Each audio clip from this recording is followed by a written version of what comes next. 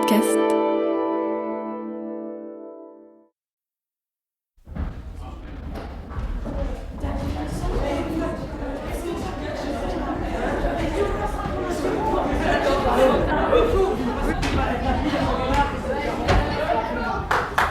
Allons, un peu de silence s'il vous plaît.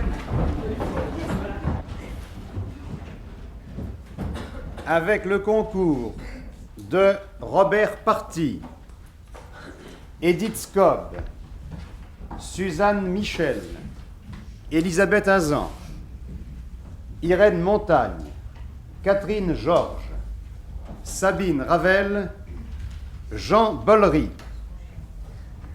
Un conte de José Pivin. Fermez vos cahiers.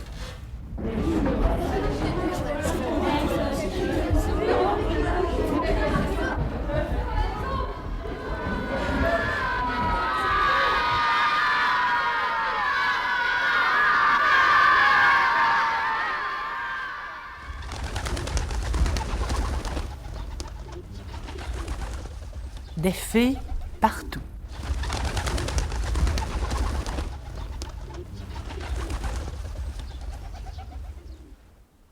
Nous sommes dans une clairière qu'entourent des bouleaux au tronc soyeux.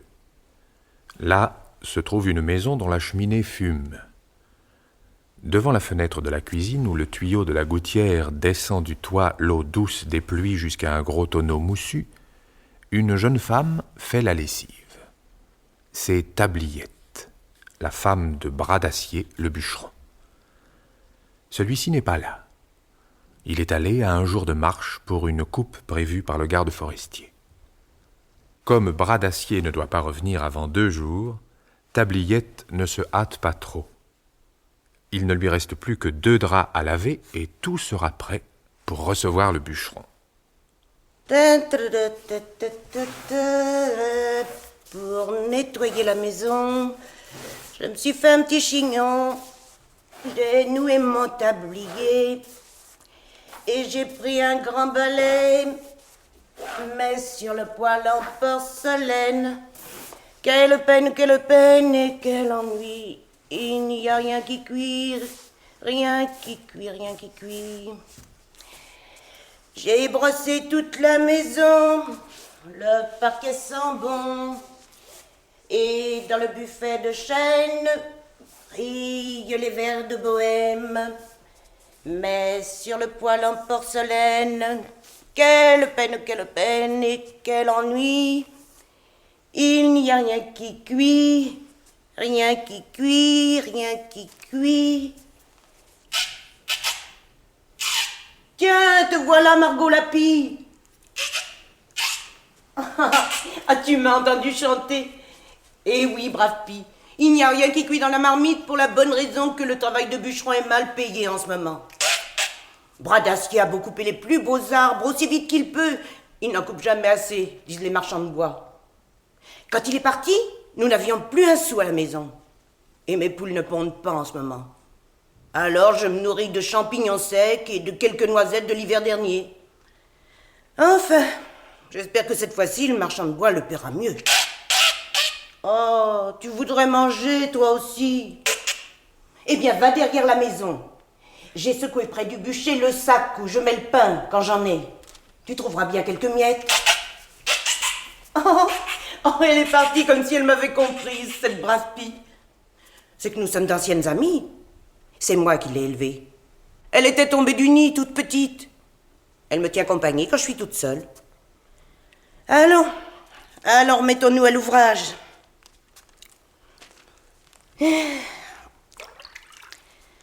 Tout est prêt dans la maison, vitres propres et chaises en rond.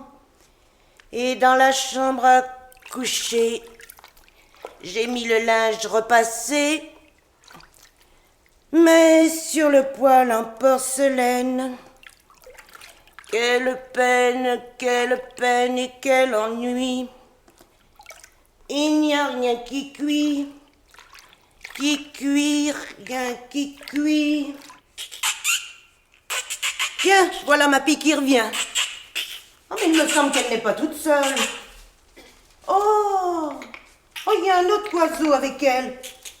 Eh bien, Margot, tu m'as amené un compagnon? Un pivert, si je ne me trompe pas. En voyant la couleur de ses plumes et son gros bec pointu. Oh, tu aurais pu choisir un autre jour pour l'inviter à déjeuner chez moi. Je ne suis pas venue pour manger, Tabliette. Comment? Tu parles? Quelquefois, Tabliette, lorsque c'est pour dire du bien de quelqu'un, je suis autorisée à le faire. Alors, quand tu dis cuit-cuit, c'est que tu dis du mal de ton voisin? Un peu. Que veux-tu? Je suis une pie. C'est bavard, une pie. Il faut trouver sans cesse de nouveaux sujets de conversation. Malheureusement, on en trouve plus facilement sur les défauts des gens que sur leurs qualités. Mais dis donc, Margot, quand tu disais cuit-cuit tout à l'heure, tu disais peut-être du mal de moi? Oh non, Tabliette, jamais je ne dirais du mal de toi. Ah. J'ose péter seulement contre les marchands de bois qui ne veulent pas payer ton mari comme il devrait l'être. Mais revenons à ce que je voulais te dire. C'est ça, Madame Lapie. Oh, tu peux m'appeler Margot comme avant, tu sais. Alors, Margot, que voulais-tu me dire? J'ai oublié. Oh, que veux-tu? Je parle trop. Voyons, de quoi s'agissait-il? De dire du bien, puisque tu peux parler. De dire et de faire. Ah, ça, je me rappelle maintenant. Tu connais Toc Toc, le pivert de la forêt verte, Tabliette? Celui-ci, Tic Tic est son fils. Ah, j'ai en effet rencontré quelquefois ton ami dans les bois, Margot. Oui, j'aimais l'entendre frapper les troncs des arbres pour faire sortir les chenilles et les vers. Mais c'est ça. Eh bien, il n'aime pas beaucoup se déplacer, tu sais, le pivert. Alors, comme il avait quelque chose à te dire, je lui ai proposé de faire la commission. Ah, j'aime faire des visites, moi, surtout quand je peux vraiment parler. Ah, Toc Toc a envoyé Tic Tic pour que tu ne crois pas que ce que je vais te raconter est une histoire de pie. Alors, Margoton, ou bien Tic Tic, dites-moi donc ce que veut le pivert de la forêt verte. Voilà, ton mari a évité... Je vais te le dire. Tic Tic n'a pas l'habitude de parler. Écoute, Tabliette. Ton mari, Bras d'Acier, a rencontré l'arbre où se trouve le nid du pivert avec tous ses enfants qui ne savent pas encore voler. L'arbre était marqué par le garde forestier, mais Bras d'Acier ne l'a pas coupé.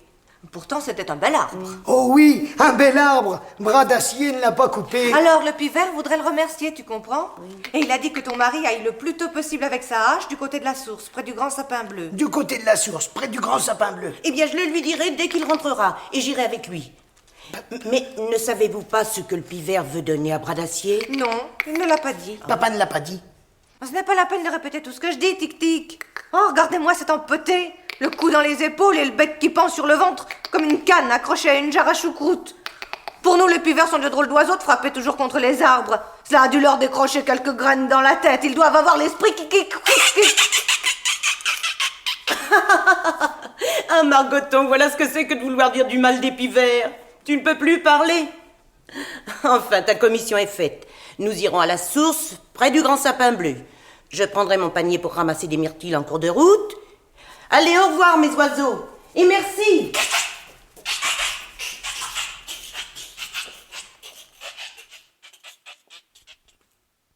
La scène représente maintenant une grande forêt. Les arbres sont immenses. Un grand tapis de mousse recouvre le sol. Quelques fragiles petites fleurs blanches percent la mousse. À part le chant de quelques oiseaux, on n'entend aucun bruit. Il est très tôt. Il fait frais.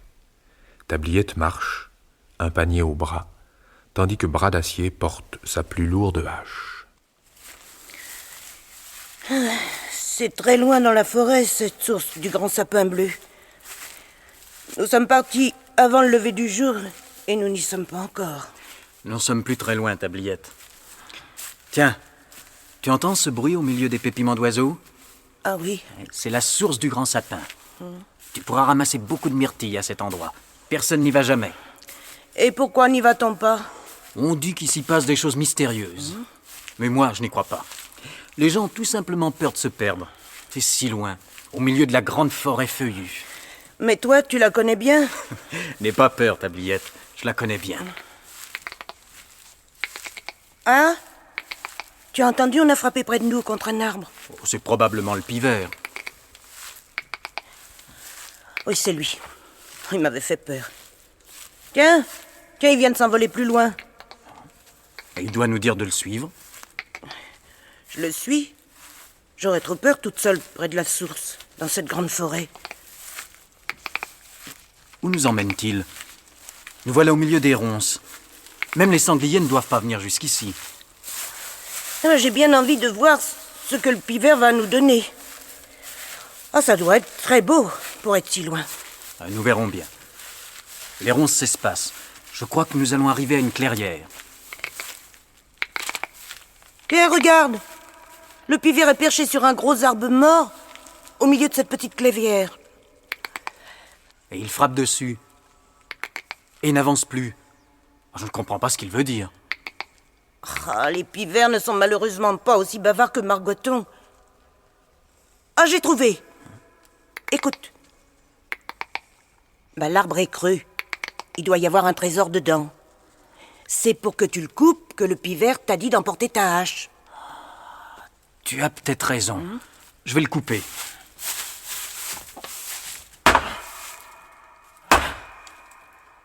Ah, le pivert a l'air heureux que nous l'ayons compris.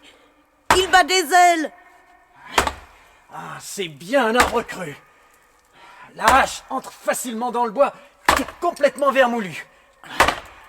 Et nous allons peut-être trouver à l'intérieur des tas de diamants, de bijoux d'or et d'argent. Oh, j'ai eu raison d'emporter mon panier. Je pourrais le remplir de bracelets et de colliers de toutes les couleurs. Dépêche-toi de couper l'arbre, bras d'acier. Un peu de patience, tabliette. Il ne me reste plus que quelques coups de cognée à donner et l'arbre va tomber. On dirait que le pivert veut t'aider avec son bec, le brave oiseau. Attention, tabliette. L'arbre va tomber. Je donne le dernier coup. On peut s'approcher maintenant? Oui. Mais je vois rien briller. Le pivert ne s'est pourtant certainement pas moqué de nous. C'est un oiseau trop sérieux pour ça. Tiens, cherchons un peu dans les débris. Ouais, l'arbre est creux comme une armoire. Mais il n'y a rien dedans. Attends. Oui. Ah si, moi je vois quelque chose, tiens là. Ah oui, mais qu'est-ce que c'est? Oh, j'arrive pas à le retirer. Tiens, c'est une boîte carrée coincée dans une déchirure du bois. Attends, je vais donner un petit coup de cognée pour la dégager. Là.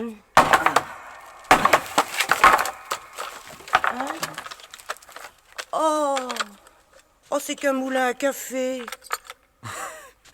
N'aie pas l'air d'être si désappointé, tabliette. Regarde, le pivert, lui, il est si heureux. Ah, que veux-tu? Les oiseaux de la forêt sont comme nous. Ils ne sont pas riches. Ils donnent ce qu'ils ont. Oh, et puis mon moulin commence à s'user. Enfin, j'aurais quand même bien aimé un bracelet. Même tout petit. Bon, allez, n'y pensons plus. Rentrons à la maison. Nous allons ramasser des myrtilles à la source du grand pin. Ça sera notre dîner pour ce soir. Eh oui, voilà.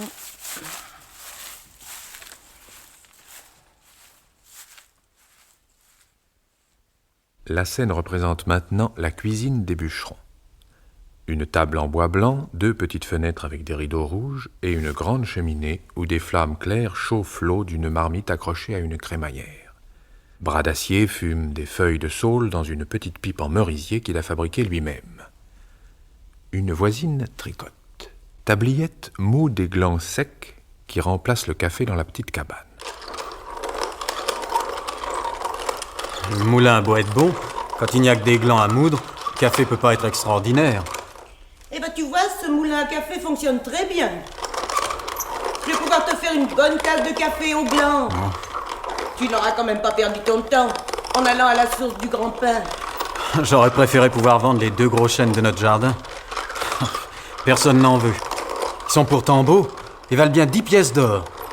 Les marchands attendent qu'on soit poussé par la faim pour qu'on leur vende le bois pour presque rien. Et en attendant, ils vous font des sourires. Ça m'étonne pas. Les hommes sont ainsi faits. Moi, quand je vois quelqu'un me sourire, je peux pas m'empêcher de penser à un piège à souris, avec un petit morceau de lard blanc au milieu pour attirer. Ah, pour ça, il y a longtemps que je ne me fie plus aux grimaces. Ce serait quand même bien si l'on pouvait se fier au sourire comme au bouquet de fleurs. Je n'en demande pas tant.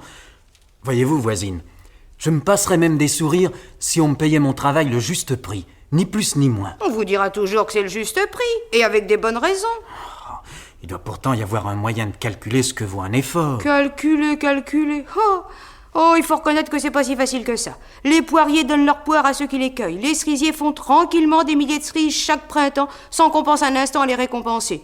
Les hommes, il faut tout leur payer. Ben, c'est ça! Défendez les marchands de bois! Dites-leur qu'il faut que je travaille pour rien! Oh, je dis pas ça, bras d'acier. Je pense seulement qu'il est peut-être dommage que les hommes ne soient pas des arbres. Mais ben, c'est pourtant un fait, voisine. Et vous savez bien que nous devons travailler pour vivre. C'est dommage. Mais il faut que je rentre chez moi. Au revoir, voisin. J'espère que vous finirez par trouver quelqu'un qui vous paiera votre travail équitablement. Au revoir, voisine. Au revoir, voisine. Qui me payera équitablement mon travail? Ah, tiens, voilà Margoton. Bah, on va bien voir si c'est pour dire du mal ou du bien. Si elle parle, c'est bon signe. Bonjour mes amis. Bonjour Margoton. Bah, il fonctionne bien le moulin à café, tu sais. Le moulin a beau être bon, quand il n'y a que des glands à moudre, le café peut pas être extraordinaire. Il n'avait pas l'air d'être satisfait du cadeau du pivert. Oh, si, il est beau. Oh, il mouille très bien le café. Tiens, tu vas voir toi-même, Margoton. Je vais sortir le tiroir. Oh, tiens, on dirait qu'il est coincé.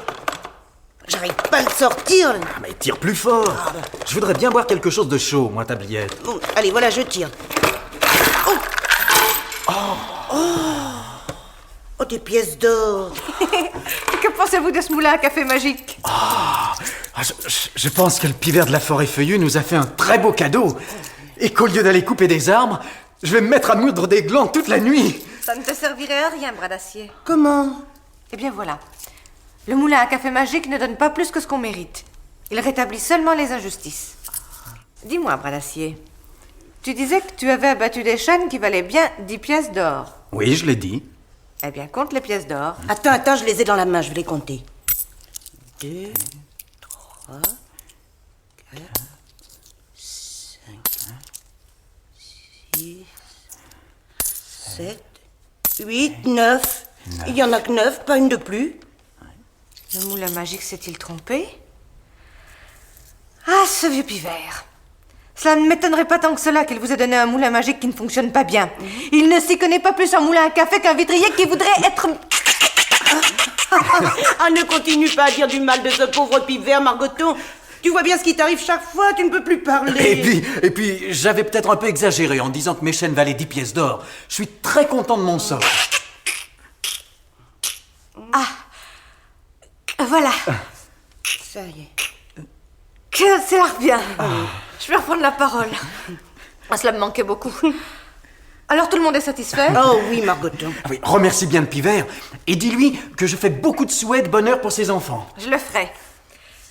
Maintenant, ne pourriez-vous pas me donner un peu à boire et à manger? Mais si.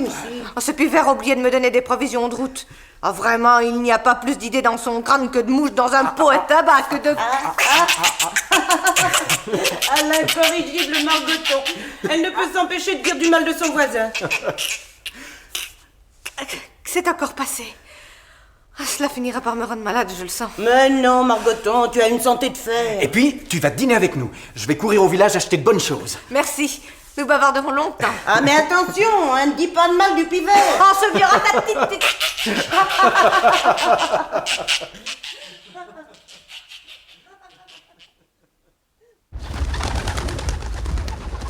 Vous venez d'entendre Fermez vos cahiers, un conte de José Pivin, avec le concours de Robert Party, Edith Scobb, Suzanne Michel, Elisabeth Azan, Irène Montagne, Catherine Georges, Sabine Ravel et Jean Bollery.